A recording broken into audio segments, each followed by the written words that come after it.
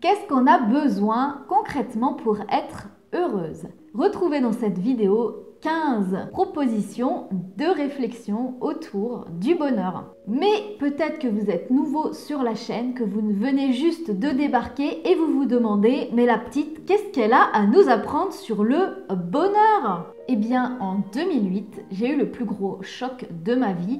Mon papa s'est suicidé. Et suite à ce tragique événement de toute la famille, j'ai beaucoup relativisé et j'ai commencé à me poser des questions sur le sens de la vie, pourquoi on est ici, si ce n'est pour souffrir sur Terre, à quoi bon vivre si c'est pour traverser des épreuves difficiles. Et pendant toutes ces années, je me suis renseignée et j'ai surtout expérimenté comment je pouvais améliorer ma vie et comment je pouvais prendre ma vie en main pour ne plus subir ma vie, mais au contraire designer ma vie. Et il y a beaucoup de choses que j'ai appris dans les livres, que j'ai expérimenté au fil de mes rencontres et aujourd'hui qui m'aident énormément. Et j'aimerais vous partager ça aujourd'hui parce que vraiment, le bonheur, ça se cultive chaque jour pour se sentir mieux au quotidien et surtout être bien dans cet instant présent. Alors c'est parti, on y va, parce qu'il y a quand même 15 choses que j'aimerais vous raconter. Numéro 1, pour être plus heureuse, c'est avoir un bon état d'esprit. Ça veut dire quoi? Ça veut dire arrêter de se focaliser sur le négatif, arrêter d'attirer les éléments négatifs à soi. Comment?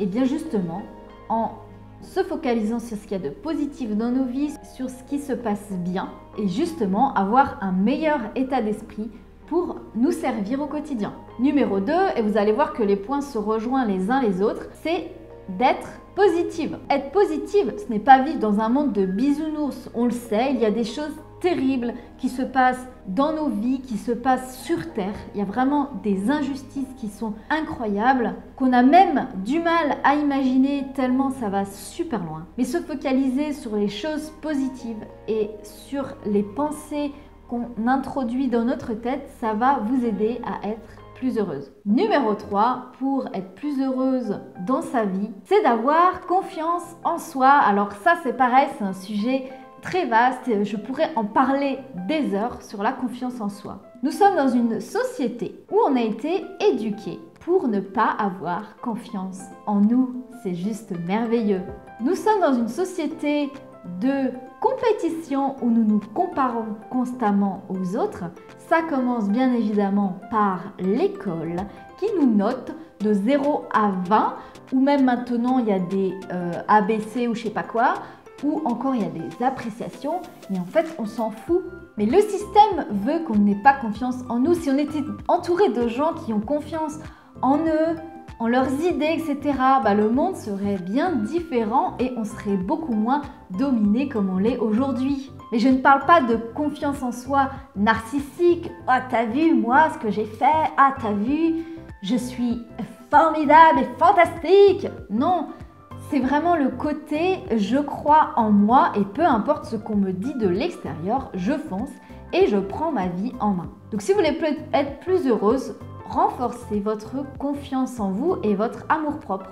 Numéro 4, c'est le lâcher prise et arrêter de se foutre la pression. Nous sommes notre propre bourreau et c'est vraiment fantastique. Nous, on ne se sent jamais à la hauteur.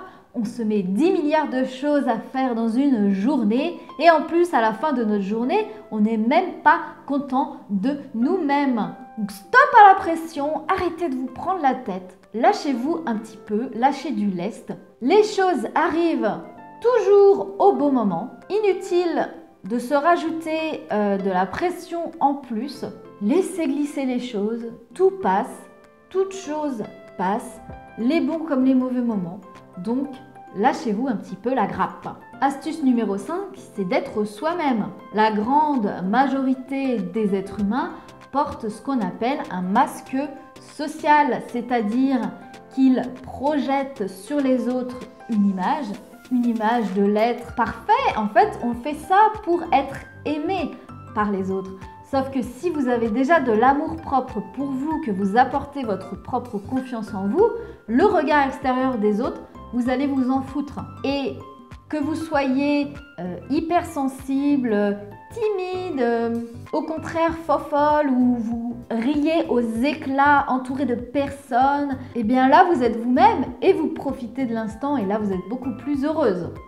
Donc, pensez-y à enlever ce masque social et à tout simplement être vous-même. Numéro 6, pour être plus heureuse, c'est de prendre soin de soi. N'attendez pas quelqu'un d'extérieur pour prendre soin de vous, pour vous dire que vous êtes belle, que vous êtes créative, etc. Faites-vous du bien, faites des choses que vous aimez, prenez un bon bain, faites-vous un bon repas réconfortant. Prenez soin de vous et là, vous allez être plus heureuse. Numéro 7, c'est de se respecter. C'est avant tout de se respecter pour être respecté. Posez-vous des limites. Posez des limites aux autres. Se respecter, c'est se dire oui à soi et dire non aux autres. S'il y a une soirée que vous n'avez pas envie de faire, donnez-vous la liberté de dire non. S'il y a quelque chose que vous vous forcez à faire pour les autres, autorisez-vous à vous dire oui à vous et non aux autres. Se respecter, c'est se poser des limites. C'est encore une histoire d'amour propre et de confiance en soi. Arrêtez de subir ce que les autres nous projettent et ce que les autres nous imposent. Numéro 8, c'est d'avoir une attitude de gagnante. C'est pareil, je vous ai dit l'école, nous sommes dans un monde de compétition, etc. Mais si vous ne vous encouragez pas vous-même, personne ne le fera pour vous. Quelles sont vos premières pensées du matin ? Est-ce que quand vous avez accompli quelque chose dans votre journée, vous êtes fier de vous? Trouvez-vous des astuces pour vous encourager, vous accompagner. Vous devez être votre meilleur ami, votre mère. Vous devez être la meilleure version de vous-même pour vous aider parce que personne ne le fera pour vous. Et si quelqu'un le fait pour vous, vous avez un conjoint bienveillant qui vous encourage, etc. C'est parfait, c'est vraiment du bonus. Mais n'attendez pas quelqu'un d'extérieur pour vous aider. Numéro 9, c'est d'apprendre à se connaître. On veut nous mettre dans un moule. On veut nous faire ressembler à des zombies. On veut nous faire ressembler à des robots qui obéissent. Comme ça, comme ça, comme ça. On veut nous mettre dans des cases. Avez-vous commencé à apprendre à vous connaître? Est-ce que vous êtes extraverti? Est-ce que vous êtes introverti? Est-ce que vous aimez être avec beaucoup de gens ou au contraire, est-ce que vous aimez la solitude? Apprendre à se connaître, c'est hyper intéressant et hyper enrichissant. On en apprend tous les jours sur nous-mêmes, nos façons de réagir, nos façons d'être avec les autres, etc. C'est vraiment quelque chose d'hyper intéressant d'apprendre à se connaître nous-mêmes pour justement apprendre à être plus heureuse en correspondance avec notre personnalité. Numéro 10, c'est de se donner la permission. C'est pareil, on nous a toujours dit reste bien sage, ne bouge pas, tu lèves la main avant de parler, etc. etc. Il faut qu'on se lâche, il faut qu'on se lâche un peu la grappe. Donnez-vous la permission d'être qui vous êtes. Donnez-vous la permission de faire ce que vous aimez faire, de vous autoriser à faire les choses que vous avez envie de faire, tout simplement. N'attendez pas pareil que les autres vous donnent la permission de faire des vidéos, de chanter, de danser, de vous offrir une soirée détente, etc., etc. Vous voyez le truc? Numéro 11, c'est d'arrêter de se comparer aux autres. Nous sommes tous uniques, nous avons tous quelque chose à apporter à nos proches, à apporter sur cette terre. On a tous quelque chose de bien en nous, de lumineux, de créatif, d'imaginatif. On a tous des affinités, des choses à partager.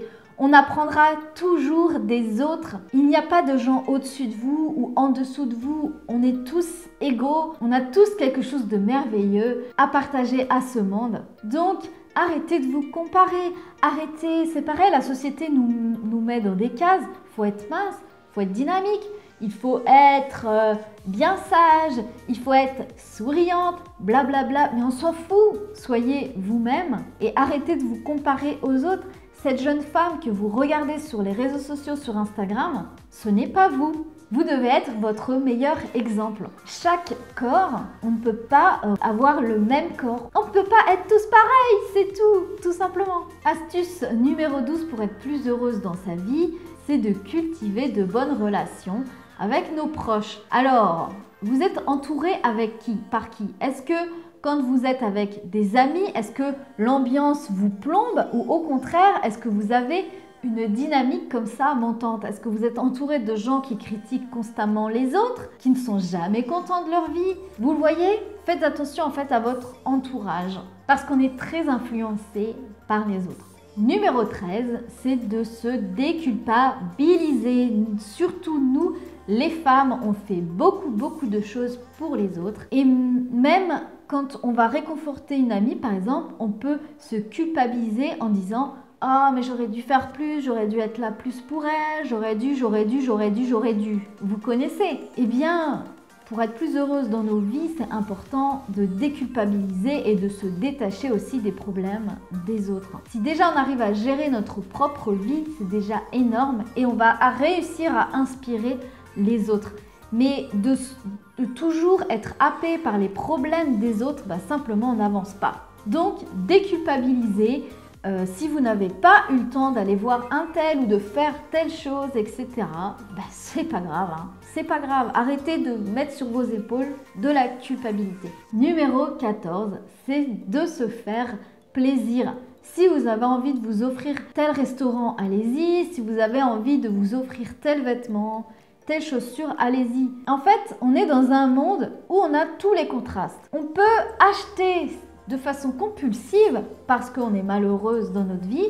Donc on se dit que plus on aura de beaux vêtements et mieux on se sentira. Sauf qu'on sait très bien qu'aujourd'hui c'est faux. C'est pas parce qu'on a beaucoup de choses dans nos vies qu'on est plus heureuse. Et au contraire, quand on se dit je veux être plus minimaliste, je veux faire plus attention à la planète et tout ça, on a tendance à se culpabiliser et à chaque fois qu'on achète quelque chose de neuf, à se dire ah ouais, mais c'est encore du plastique, ça nourrit les grandes industries, etc., etc. On peut vraiment consommer de façon différente.